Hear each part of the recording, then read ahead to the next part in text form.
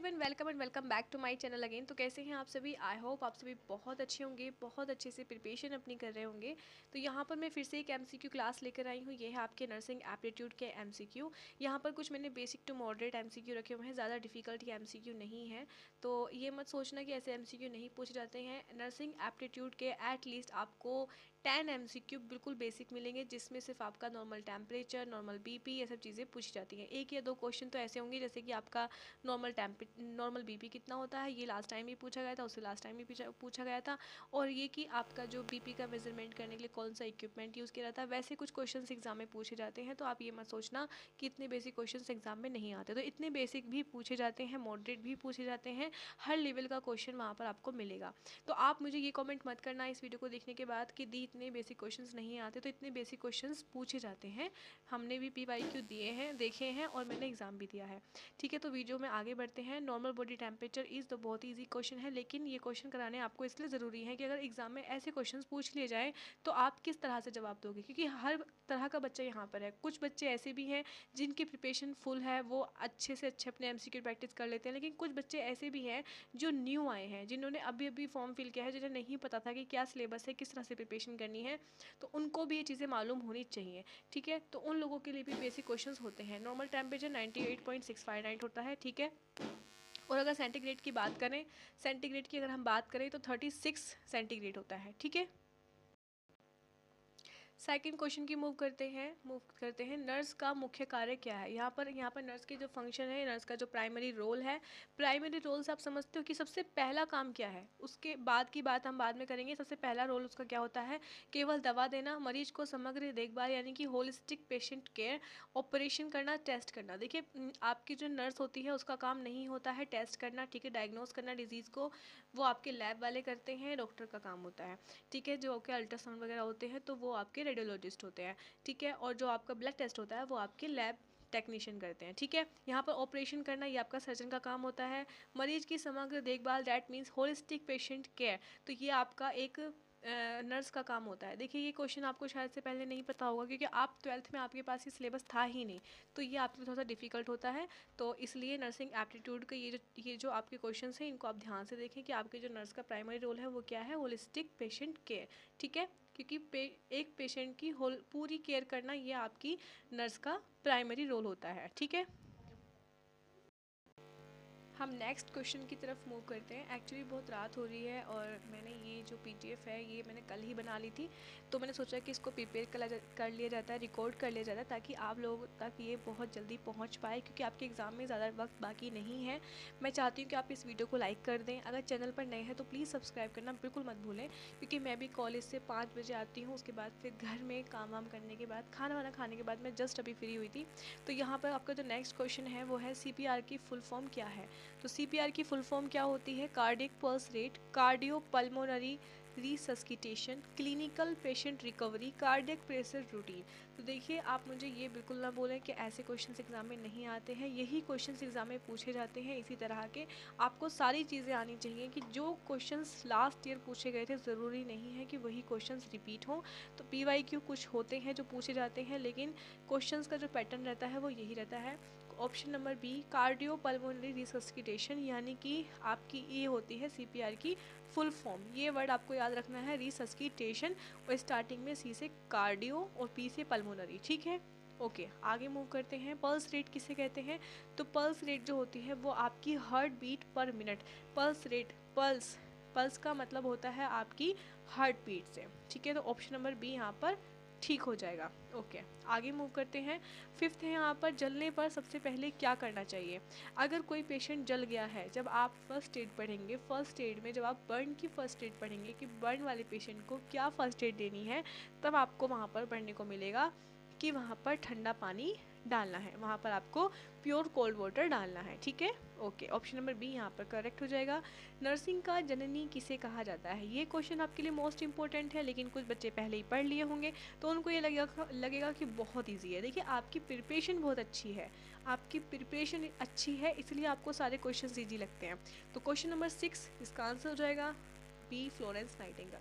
यह नाम आप हमेशा याद रखना, अगर आपका नर्सिंग करने का प्लान है लाइफ टाइम आपको ये नाम रट लेना है, फ्लोरेंस नाइटिंगेल। ठीक है, इन्हीं को नर्सिंग की जननी कहा जाता है, फाउंडर ऑफ मॉडर्न नर्सिंग। ठीक है, आगे मूव करते हैं। ब्लड प्रेशर किससे मापा जाता है? तो ब्लड प्रेशर किससे मापा जाता है आपका स्फाइग्मोमैनोमीटर से। ठीक है, ये आपका इक्विपमेंट का नाम होता है जिसे आप पीपी मशीन कहते हैं। तो इसको ये नाम इसका क्लिनिकल में होता है sphygmomanometer. Okay, option number C यहाँ पर करेक्ट हो जाएगा। नर्स का कौन सा कार्य नहीं है? पेशेंट की केयर करना क्या ये नर्स का कार्य है? हेल्थ एजुकेशन प्रोवाइड करना, हाँ जी बिल्कुल। जब एक नर्स किसी पेशेंट की केयर करती है, पेशेंट का ख्याल रखती है, मेडिसिन देती है, तब उसे वो एजुकेट भी करती है कि आपको किस तरह से हाइजीन मेंटेन करके रखनी है, उसे साइकोलॉजिकल सपोर्ट देती है, तब भी वो उसे कुछ बातें सिखाती है। डायग्नोज करना यानी कि डिजीज़ को डायग्नोज करना कि किस तरह की डिजीज़ है, तो वो नर्स का काम नहीं होता है, ये काम आपके रेडियोलॉजिस्ट का या फिर लैब टेक्नीशियन का, जो भी आपकी जिस तरह की भी जांच होती है, जिस तरह का भी आपका डायग्नोस होता है, उसका काम होता है, ये काम आपका नर्स का नहीं होता। तो ऑप्शन नंबर सी यहाँ पर करेक्ट हो जाएगा। ठीक है, फ्रैक्चर में प्राथमिक उपचार क्या है? यानी कि जब फ्रैक्चर होगा तो फर्स्ट एड हम क्या देंगे? मसाज करेंगे, इमोबिलाइजेशन यानी कि इस तरह रखेंगे, हीट एप्लीकेशन या फिर रनिंग या फिर उसे दौड़ाएंगे। देखिए फ्रैक्चर हो गया है तो दौड़ने को तो उसे बिल्कुल भी नहीं बोलेंगे कि भाई तू दौड़, नहीं भाई फ्रैक्चर हुआ है, दर्द हो रहा है, वो लेटा पड़ा है, तो उसे हीट एप्लीकेशन देंगे? नहीं, फ्रैक्चर में कभी भी हीट एप्लीकेशन नहीं दिया जाता। इमोबिलाइजेशन स्थिर रखना यानी कि उसके जिस भी पार्ट में फ्रैक्चर हुआ है उसे इमोबिलाइज कर देंगे, यानी कि उसे हिलाना डुलाना नहीं है, उसे बिल्कुल स्थिर रखना है ताकि और उसकी कॉम्प्लिकेशन ना बढ़े। ऑप्शन नंबर बी यहाँ पर करेक्ट हो जाएगा। सामान्य रेस्पिरेटरी रेट कितनी होती है? नॉर्मल रेस्पिरेटरी रेट कितनी होती है? तो नॉर्मल रेस्पिरेटरी रेट होती है आपकी 12 to 20। ठीक है, ऑप्शन नंबर बी यहाँ पर करेक्ट हो जाएगा। और ये बहुत ही मोस्ट इंपॉर्टेंट क्वेश्चंस हैं, सारे ही बहुत मोस्ट इंपॉर्टेंट क्वेश्चंस हैं, इन्हें हमेशा याद रखना, आप आपके आगे भी काम आएंगे और ऐसे क्वेश्चंस एग्जाम में भी पूछे जाते हैं। ठीक है, फ्लोरेंस नाइटिंगेल का जन्म कहाँ हुआ था? तो फ्लोरेंस नाइटिंगेल का जन्म इटली में हुआ था। ऑप्शन नंबर बी यहाँ पर करेक्ट हो जाएगा। आगे बढ़ते हैं। मरीज को शिक्षा देना किसका कार्य है? मैंने आपको भी बताया, जब नर्स किसी भी पेशेंट की केयर करती है तो वो उसको एजुकेट भी करती है कि आपको कैसे हाइजीन मेंटेन करनी है, क्योंकि ना तो टेक्नीशियन जो कि जिनका काम डायग्नोस करने का है वो अपना ब्लड को टेस्ट करते हैं, ठीक है, ना ही फार्मासिस्ट जो कि आपका मेडिसिन प्रोवाइड करता है, उसका काम सिर्फ मेडिसिन प्रोवाइड करने का है, वो अपना मेडिकल स्टोर पे रहेगा, वो बार बार पेशेंट के पास नहीं आएगा उसको सजेस्ट करने के लिए, उसको एजुकेट करने के लिए। डॉक्टर की बात ऐसी है, डॉक्टर अपना सिर्फ ओपीडी देखते हैं या फिर विजिट राउंड के लिए आते हैं, वो एजुकेट कर सकते हैं, लेकिन ऑल टाइम उसके पास एक नर्स रहती है, हमेशा एक नर्स रहती है आपके पेशेंट के पास। तो यहाँ पर नर्स ऑप्शन बी करेक्ट हो जाएगा, वही एक पेशेंट को एजुकेट करती है। शॉक में सबसे पहले क्या करें? शॉक, ठीक है, किसी पेशेंट को शॉक लगा है, ठीक है, तो मरीज को खड़ा करना है, पैरों को ऊपर उठाना है, पानी देना है, छोड़ देना है। शॉक होता क्या है? शॉक होता है जब हमारा जो हार्ट होता है, जो हमारा हार्ट है, जो इसमें वेसल्स होती हैं, जिसमें ब्लड फ्लो होता है, उनमें अचानक से रिस्ट्रिक्शन आ जाना, यानी कि जो उनकी ब्लड वेसल्स होती हैं उसमें कुछ ना कुछ आपका एक्यूमुलेशन हो जाना, यानी कि वो वहाँ से बंद हो जाना और ब्लड का फ्लो रुक जाना। ब्लड का फ्लो रुक जाएगा आपके हार्ट से, वो हो जाता है शॉक। तो उसमें क्या करना है? मरीज को खड़ा करना है। देखिए पहले तो उसको ऑलरेडी शॉक लगा हुआ है, उसको मरीज को क्यों खड़ा करेंगे हम? मरीज को एकदम कंफर्टेबल पोजीशन प्रोवाइड करनी है। पानी देना है? नहीं, उसको शॉक लगा है, उसकी जो ब्लड वेसल्स है वो ब्लॉक हो गई हैं, आपको वो देखना है कि उसको कैसे आप ठीक कर सकते हो। तो उसको क्या करना है? उसके पैरों को ऊपर उठाना है, उसको जो सर वाला एरिया है उसको थोड़ा सा नीचे करना है, ठीक है, इस पोजीशन में आपको लिटाना है, ठीक है, ताकि उसका जो ब्लड फ्लो है वो आप ठीक कर पाओ, ठीक है। तो ऑप्शन नंबर बी यहाँ पर करेक्ट हो जाएगा। देखिए ये बहुत मोस्ट इंपॉर्टेंट क्वेश्चन है, इनको इग्नोर मत करना। शरीर का तापमान मापने का उपकरण, ये आपको पता ही होगा, थर्मामीटर। थर्मामीटर से ही हम पेशेंट का जो टेम्परेचर है वो मापते हैं। रेड लैम्प वाली महिला किसे कहा जाता है? तो रेड लैम्प वाली महिला किसे जाता है? लेडी विद द लैम्प किसे कहते हैं हम? फ्लोरेंस नाइटिंगेल को। ये नाम भी आप हमेशा याद रखना, ये क्वेश्चन भी हमेशा याद रखना, हमेशा आपके एग्जाम में ये आता रहेगा क्वेश्चन। फ्लोरेंस नाइटिंगेल को ही लेडी विद द लैम्प के नाम से जाना जाता है। और भी बहुत सारे मेरे चैनल पर आपको एमसीक्यू क्लासेस मिल जाएंगी, पूरे मॉडल पेपर मिल जाएंगे, जाके वहाँ से चेक कर सकते हैं, प्रैक्टिस कर सकते हैं। हमेशा इस चैनल से कनेक्टेड रहना। वीडियो लंबा लग रहा हो तो वीडियो की स्पीड बढ़ा सकते हो, आराम से प्रैक्टिस करो, बिल्कुल इम्तहान से ज़्यादा टाइम आपके पास नहीं है, पढ़ते रहो, एक दिन सक्सेस ज़रूर मिलेगी। आप ये बिल्कुल मत सोचना कि आप पढ़ तो रहे हैं लेकिन आपके टेस्ट में मार्क्स बिल्कुल भी नहीं आ रहे, तो आप इस चीज़ से डिमोटिवेट ना होए। असली एग्ज़ाम जो आपका है वो 6 जून को है, और उस एग्ज़ाम की प्रिपरेशन करते रहें। टेस्ट यहाँ के कोई मायने नहीं रखते, बस आप अपनी तैयारी बेहतर रखें। अगर अगर मरीज़ बेहोश है तो नर्स का पहला काम क्या होना चाहिए? पानी देना, एयरवे चेक करना, इंजेक्शन देना, छोड़ देना। देखिए, अगर कोई मरीज़ बेहोश है तो उसे पानी नहीं देना है, पानी वो पी भी नहीं पाएगा, तो उसका पहले आपको ये चेक करना है कि वो सांस ले भी पा रहा है कि नहीं। आपको उसका एयरवे, ब्रीदिंग, सर्कुलेशन, ठीक है, ABC, ये आपको चेक करना है, यानी कि एयरवे, ब्रीदिंग, सर्कुलेशन, ठीक है, ये आपको चेक करना है। तो इसलिए यहाँ का राइट ऑप्शन होगा एयरवे चेक करना, यानी कि उसका जो एयरवे है, यानी कि वो ब्लॉक तो नहीं है, खुला हुआ है कि नहीं है, यानी कि उसका जो जहाँ से वो सांस लेता है, ओके, वो चीज़ आपको चेक करनी है। अगर मरीज को सांस लेने में दिक्कत है तो नर्स क्या करेगी? क्या करेगी? मरीज़ को सुला देगी कि आप लेट जाओ फ्लैट होके, या ऑक्सीजन देगी, या फिर खाना देगी, या फिर मेक वॉक। देखिए, ये क्वेश्चंस आपको आने चाहिए, ऐसे क्वेश्चंस भी एग्जाम में पूछे जाते हैं कि नर्स का क्या रोल रहता है। तो नर्स के बहुत सारे रोल्स होते हैं, मैं और भी इस पर वीडियोस बनाऊंगी, इसलिए कनेक्टेड रहना, चैनल को सब्सक्राइब कर देना। नर्सिंग एप्टीट्यूड से रिलेटेड, हर टॉपिक से रिलेटेड आपको मैं क्वेश्चन दूंगी, लेकिन अभी यहाँ पर सिर्फ कुछ ही टॉपिक मैं कवर कर पाई हूँ, क्योंकि शायद नर्सिंग एप्टीट्यूड की पहली क्लास है।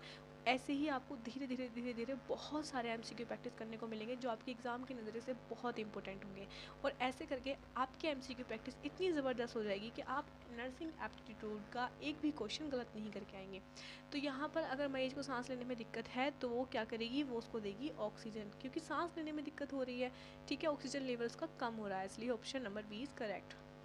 ओके, अगर मरीज़ को तेज़ बुखार है तो क्या करेगी? कंबल उड़ा देगी, ठंडी पट्टी लगाएगी, दौड़ाएगी, तेल लगाएगी। देखिए, अगर पेशेंट को फीवर है तो हम ऑलरेडी उसको और हीट प्रोवाइड नहीं कर सकते, तो इसलिए ब्लैंकेट नहीं देंगे हम उसको, ठंडी पट्टी लगाते हैं। जब किसी पेशेंट का जो टेम्परेचर है वो बहुत ज़्यादा होता है तो उसकी स्पॉन्जिंग होती है कोल्ड वाटर से, ताकि उसको जो हीट है वो थोड़ी सी कम हो जाए।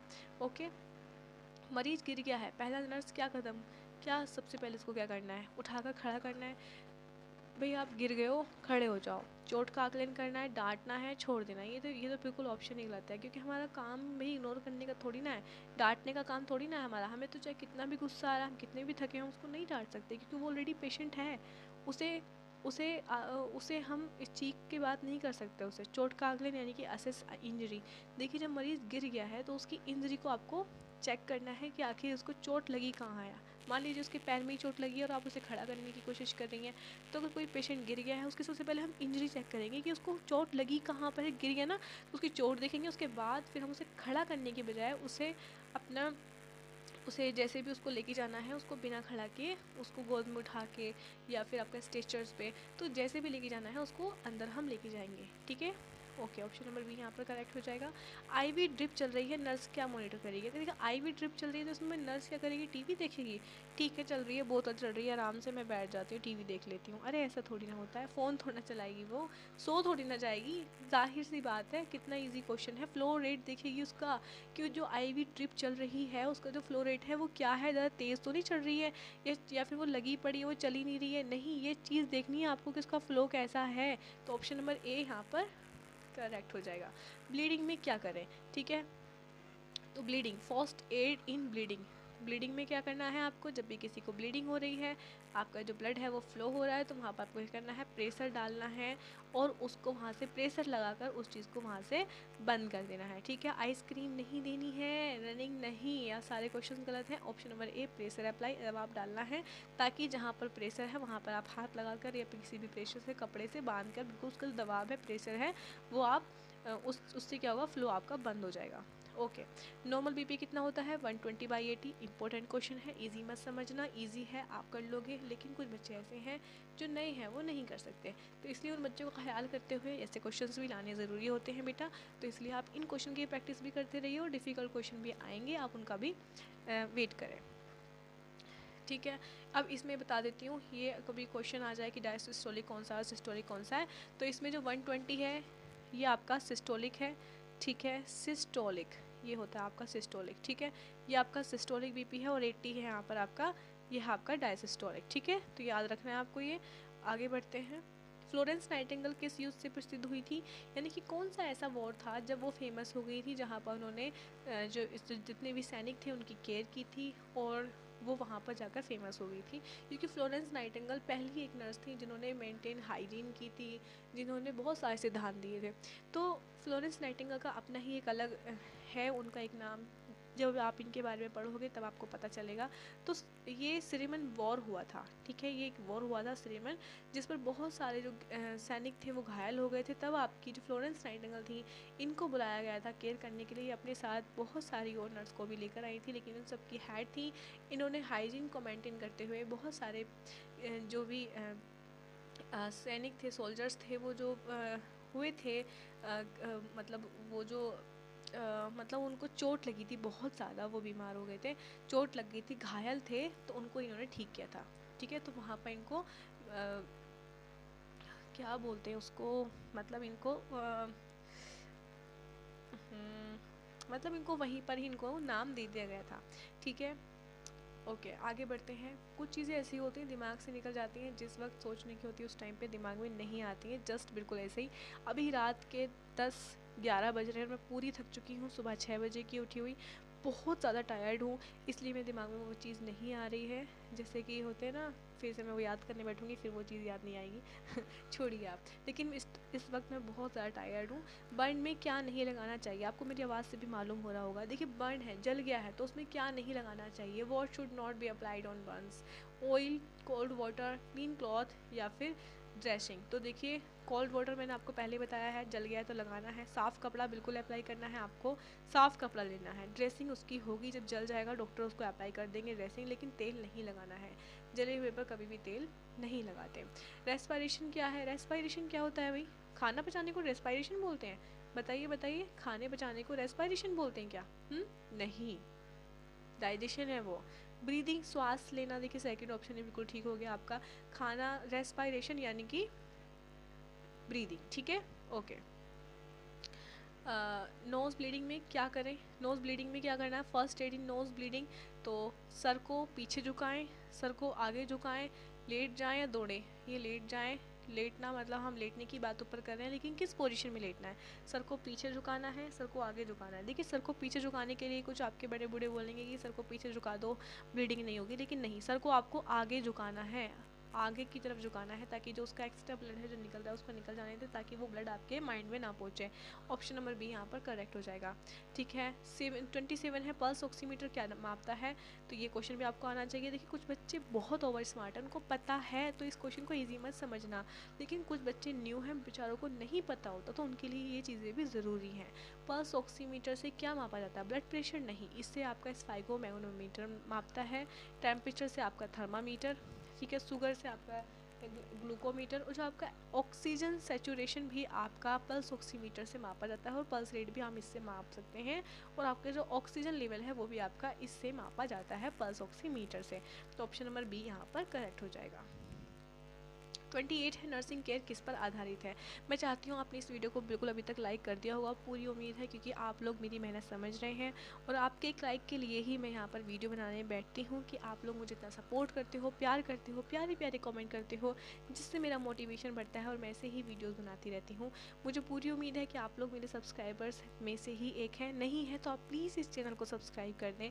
ऐसे ही प्यारे प्यारे वीडियोज़ और भी इंफॉर्मेटिव वीडियोज़ आपको इस चैनल पर मिलते रहेंगे, तो इस चैनल से कनेक्टेड रहिए, आपकी हमेशा ऐसे ही मदद की जाएगी।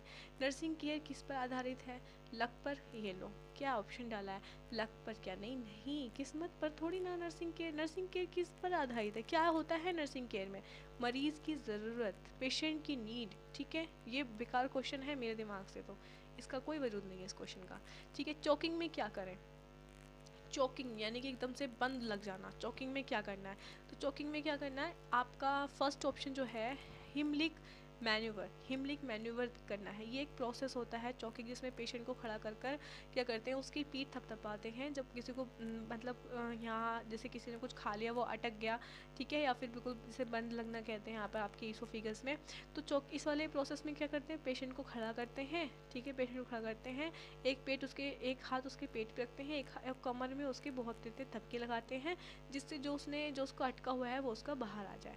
तब तक ये बहुत तेज़ तक प्रोसेस करते हैं जब तक वो चीज़ बाहर नहीं आ जाती। तो ऑप्शन नंबर ए यहाँ पर करेक्ट हो जाएगा। फ्लोरेंस नाइटिंगेल को और क्या कहा जाता है, तो फ्लोरेंस नाइटिंगेल को क्या कहा जाता है, लेडी विद द लैम्प। ठीक है, मेरे क्वेश्चंस यहाँ पर ख़त्म हो चुके हैं। उम्मीद करती हूँ आपने वीडियो को लाइक कर दिया होगा, पूरी उम्मीद है आपसे। बाकी आप मेरे सब्सक्राइबर्स हैं ही, अगर नहीं है तो प्लीज़ चैनल को सब्सक्राइब करें।